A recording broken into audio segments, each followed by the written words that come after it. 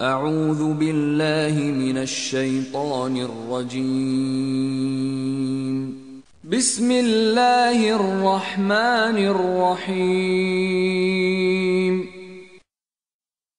യാസീൻ തത്വസമ്പൂർണമായ ഖുർആൻ തന്നെയാണ് സത്യം.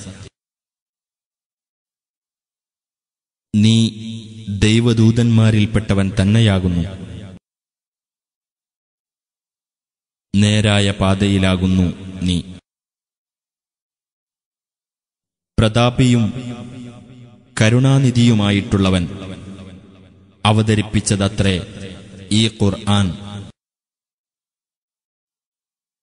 ഒരു ജനതയ്ക്ക് നീ താക്കീത് നൽകുവാൻ വേണ്ടി അവരുടെ പിതാക്കന്മാർക്ക് താക്കീത് നൽകപ്പെട്ടിട്ടില്ല. അതിനാൽ അവർ അശ്രദ്ധയിൽ കഴിയുന്നവരാകുന്നു. അവരിൽ മിക്കവരുടെ കാര്യത്തിലും ശിക്ഷയെ സംബന്ധിച്ച വചനം സത്യമായി പുലർന്നിരിക്കുന്നു. അതിനാൽ അവർ വിശ്വസിക്കുകയില്ല. അവരുടെ കഴുത്തുകളിൽ നാം ചങ്ങലകൾ വച്ചിരിക്കുന്നു. അത് അവരുടെ താടിയെല്ലുകൾ വരെ എത്തുന്നു. തന്മൂലം അവർ തലകുത്തനെ പിടിച്ചവരായിരിക്കും. അവരുടെ മുമ്പിൽ ഒരു തടസ്സവും അവരുടെ പിന്നിൽ ഒരു തടസ്സവും നാം വെച്ചിരിക്കുന്നു. അങ്ങനെ നാം അവരെ മൂടിക്കളഞ്ഞു. അതിനാൽ അവർക്ക് കാണാൻ കഴിയില്ല. നീ അവർക്ക് താക്കീത് നൽകിയോ അതല്ല താക്കീത് നൽകിയില്ലേ എന്നത് അവരെ സംബന്ധിച്ചിടത്തോളം സമമാകുന്നു. അവർ വിശ്വസിക്കുകയില്ല. ബോധനം പിൻപറ്റുകയും അദൃശ്യാവസ്ഥയിൽ പരമകാരുണികനെ ഭയപ്പെടുകയും ചെയ്തവനു മാത്രമേ നിന്റെ താക്കീത് ഫലപ്പെടുകയുള്ളൂ. ആകയാൽ പാപമോചനത്തെയും ഉദാരമായ പ്രതിഫലത്തെയും പറ്റി അവന് സന്തോഷവാർത്ത അറിയിക്കുക. തീർച്ചയായും നാം തന്നെയാണ് മരിച്ചവരെ ജീവിപ്പിക്കുന്നത്. അവർ ചെയ്തുവച്ചതും അവരുടെ പ്രവർത്തനങ്ങളുടെ അനന്തരഫലങ്ങളും നാം എഴുതിവെക്കുകയും ചെയ്യുന്നു. എല്ലാ കാര്യങ്ങളും വ്യക്തമായ ഒരു രേഖയിൽ നാം നിജപ്പെടുത്തി വച്ചിരിക്കുന്നു. ആ രാജ്യക്കാരെ ഒരു ഉദാഹരണമെന്ന നിലക്ക് നീ അവർക്ക് പറഞ്ഞുകൊടുക്കുക. ദൈവദൂതന്മാർ അവിടെ ചെന്ന സന്ദർഭം അവരിലേക്ക് 2 പേരെ നാം ദൂതന്മാരായി അയച്ചപ്പോൾ അവരെ അവർ നിഷേധിച്ചു തള്ളി. അപ്പോൾ ഒരു 3-ാമനെക്കൊണ്ട് നാം അവർക്കു പിൻബലം നൽകി. എന്നിട്ടവർ പറഞ്ഞു, തീർച്ചയായും ഞങ്ങൾ നിങ്ങളുടെ അടുത്തേക്ക് നിയോഗിക്കപ്പെട്ടവരാകുന്നു. ജനങ്ങൾ പറഞ്ഞു, നിങ്ങൾ ഞങ്ങളെപ്പോലെയുള്ള മനുഷ്യർ മാത്രമാകുന്നു. പരമകാരുണികൻ യാതൊന്നും അവതരിപ്പിച്ചിട്ടില്ല. നിങ്ങൾ കളവ് പറയുക തന്നെയാണ്. ആ ദൂതന്മാർ പറഞ്ഞു, ഞങ്ങളുടെ രക്ഷിതാവിനറിയാം, തീർച്ചയായും ഞങ്ങൾ നിങ്ങളുടെ അടുക്കലേക്ക് നിയോഗിക്കപ്പെട്ടവർ തന്നെയാണെന്ന്. വ്യക്തമായ പ്രബോധനമല്ലാതെ ഞങ്ങൾക്ക് യാതൊരു ബാധ്യതയുമില്ല. ജനങ്ങൾ പറഞ്ഞു, തീർച്ചയായും ഞങ്ങൾ നിങ്ങളെ ഒരു ദുശ്ശകുനമായി കരുതുന്നു. നിങ്ങൾ ഇതിൽ നിന്ന് വിരമിക്കാത്ത പക്ഷം നിങ്ങളെ ഞങ്ങൾ എറിഞ്ഞോടിക്കുക തന്നെ ചെയ്യും. ഞങ്ങളിൽ നിന്ന് വേദനിപ്പിക്കുന്ന ശിക്ഷ നിങ്ങളെ സ്പർശിക്കുക തന്നെ ചെയ്യും. ആ ദൂതന്മാർ പറഞ്ഞു, നിങ്ങളുടെ ശകുനപ്പിഴ നിങ്ങളുടെ കൂടെയുള്ളത് തന്നെയാകുന്നു. നിങ്ങൾക്ക് ഉത്ബോധനം നൽകപ്പെട്ടാൽ ഇതാണോ നിങ്ങളുടെ നിലപാട്? എന്നാൽ നിങ്ങൾ ഒരു അതിരുകവിഞ്ഞ ജനത തന്നെയാകുന്നു. പട്ടണത്തിന്റെ അങ്ങേ അറ്റത്തുനിന്ന് ഒരാൾ ഓടിവന്നു പറഞ്ഞു, എന്റെ ജനങ്ങളെ, നിങ്ങൾ ദൂതന്മാരെ പിന്തുടരുവിൻ. നിങ്ങളോട് യാതൊരു പ്രതിഫലവും ചോദിക്കാത്തവരും സന്മാർഗം പ്രാപിച്ചവരും ആയിട്ടുള്ളവരെ നിങ്ങൾ പിന്തുടരുക.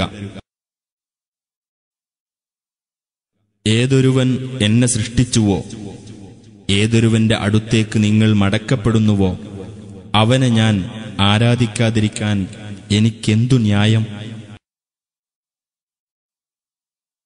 അവനു പുറമെ വല്ല ദൈവങ്ങളെയും ഞാൻ സ്വീകരിക്കുകയോ, പരമകാരുണികൻ എനിക്ക് വല്ല ദോഷവും വരുത്താൻ ഉദ്ദേശിക്കുന്ന പക്ഷം അവരുടെ ശുപാർശ എനിക്ക് യാതൊരു പ്രയോജനവും ചെയ്യുകയില്ല, അവർ എന്നെ രക്ഷപ്പെടുത്തുകയുമില്ല.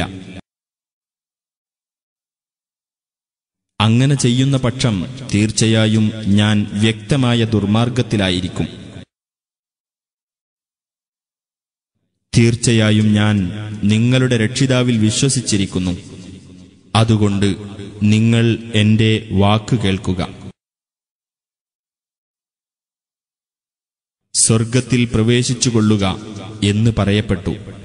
അദ്ദേഹം പറഞ്ഞു, എന്റെ ജനത അറിഞ്ഞിരുന്നെങ്കിൽ എത്ര നന്നായിരുന്നു. എന്റെ രക്ഷിതാവ് എനിക്ക് പൊറുത്തു തരികയും ആദരിക്കപ്പെട്ടവരുടെ കൂട്ടത്തിൽ എന്നെ ഉൾപ്പെടുത്തുകയും ചെയ്തതിനെപ്പറ്റി. അദ്ദേഹത്തിനു ശേഷം അദ്ദേഹത്തിന്റെ ജനതയുടെ നേരെ ആകാശത്തുനിന്ന് സൈനിക സംഘത്തെയൊന്നും നാം ഇറക്കിയിട്ടില്ല. നാം അങ്ങനെ ഇറക്കാറുണ്ടായിരുന്നുമില്ല. അത് ഒരൊറ്റ ഘോര ശബ്ദം മാത്രമായിരുന്നു. അപ്പോഴേക്കും അവരതാ കെട്ടടങ്ങിക്കഴിഞ്ഞു. ആ ദാസന്മാരുടെ കാര്യം എത്ര പരിതാപകരം! ഏതൊരു ദൂതൻ അവരുടെ അടുത്തു ചെല്ലുമ്പോഴും അവർ അദ്ദേഹത്തെ പരിഹസിക്കാതിരുന്നിട്ടില്ല.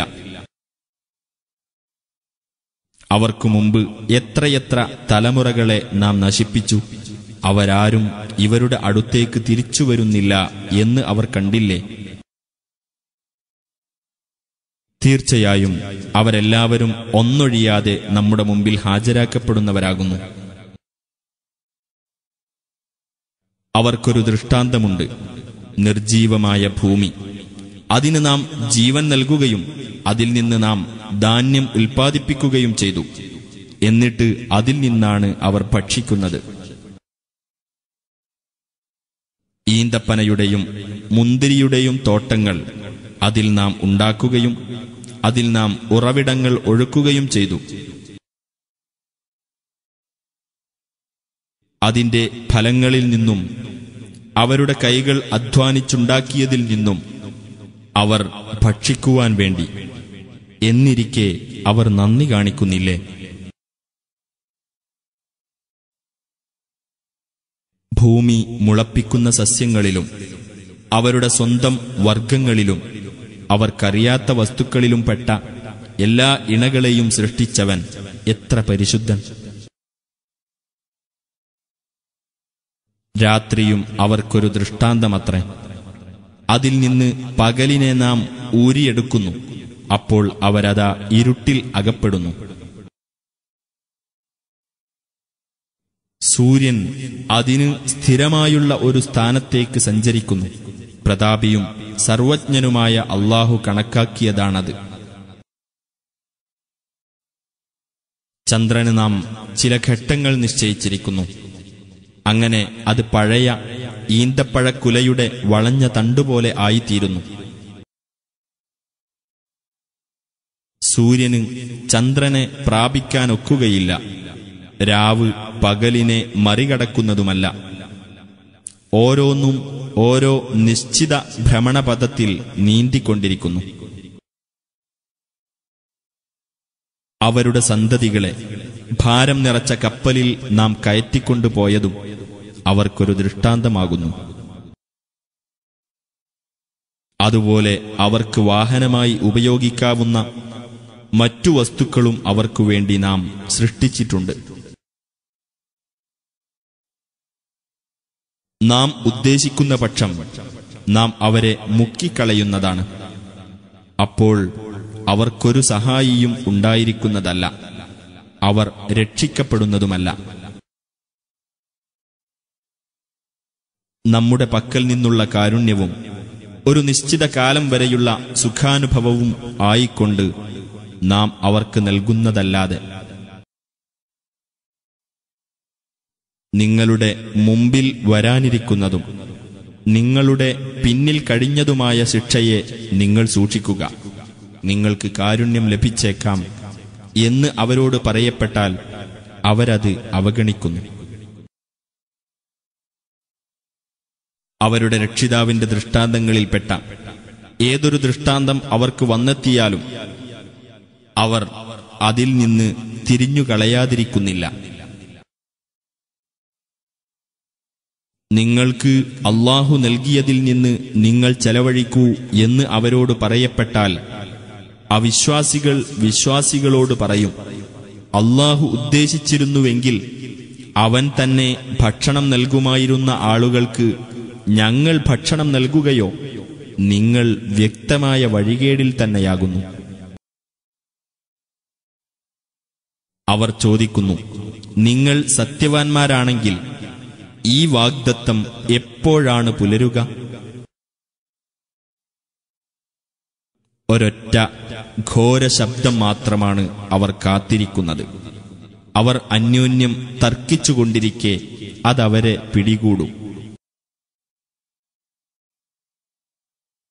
അപ്പോൾ യാതൊരു വസിയ്യത്തും നൽകാൻ അവർക്ക് സാധിക്കുകയില്ല. അവർക്ക് അവരുടെ കുടുംബത്തിലേക്ക് മടങ്ങാനും ആകുകയില്ല. കാഹളത്തിൽ ഊതപ്പെടും. അപ്പോൾ അവർ ഖബറുകളിൽ നിന്ന് അവരുടെ രക്ഷിതാവിങ്കലേക്ക് കുതിച്ചു ചെല്ലും.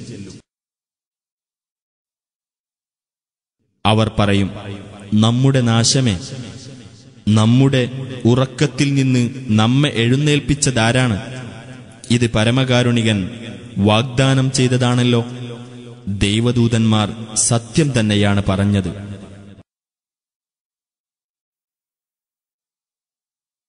അത് ഒരൊറ്റ ഘോര ശബ്ദം മാത്രമായിരിക്കും. അപ്പോഴതാ അവർ ഒന്നടങ്കം നമ്മുടെ അടുക്കൽ ഹാജരാക്കപ്പെടുന്നു. അന്നേ ദിവസം യാതൊരാളോടും അനീതി ചെയ്യപ്പെടുകയില്ല. നിങ്ങൾ പ്രവർത്തിച്ചുകൊണ്ടിരുന്നതിനല്ലാതെ നിങ്ങൾക്ക് പ്രതിഫലം നൽകപ്പെടുകയുമില്ല.